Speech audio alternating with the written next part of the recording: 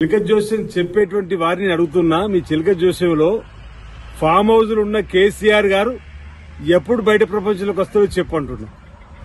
మీ చిలక జోస్యంలో ఈ car racing లో కేటీఆర్ ఎప్పుడు జైలుకు పోతే చెప్తే బాగుంటుంది అంటున్నా. ఇప్పటికే 10 మంది మీ ఎమ్మెల్యేలు మీ పార్టీ నుంచి విడిచి వెళ్లిపోయారు, మీ నాయకత్వంపై విసిగి వేసారేసి. ముందు మిగతా వాళ్ళను మీరు సక్రమంగా ఉండేటువంటి కార్యక్రమం చేసుకోండి.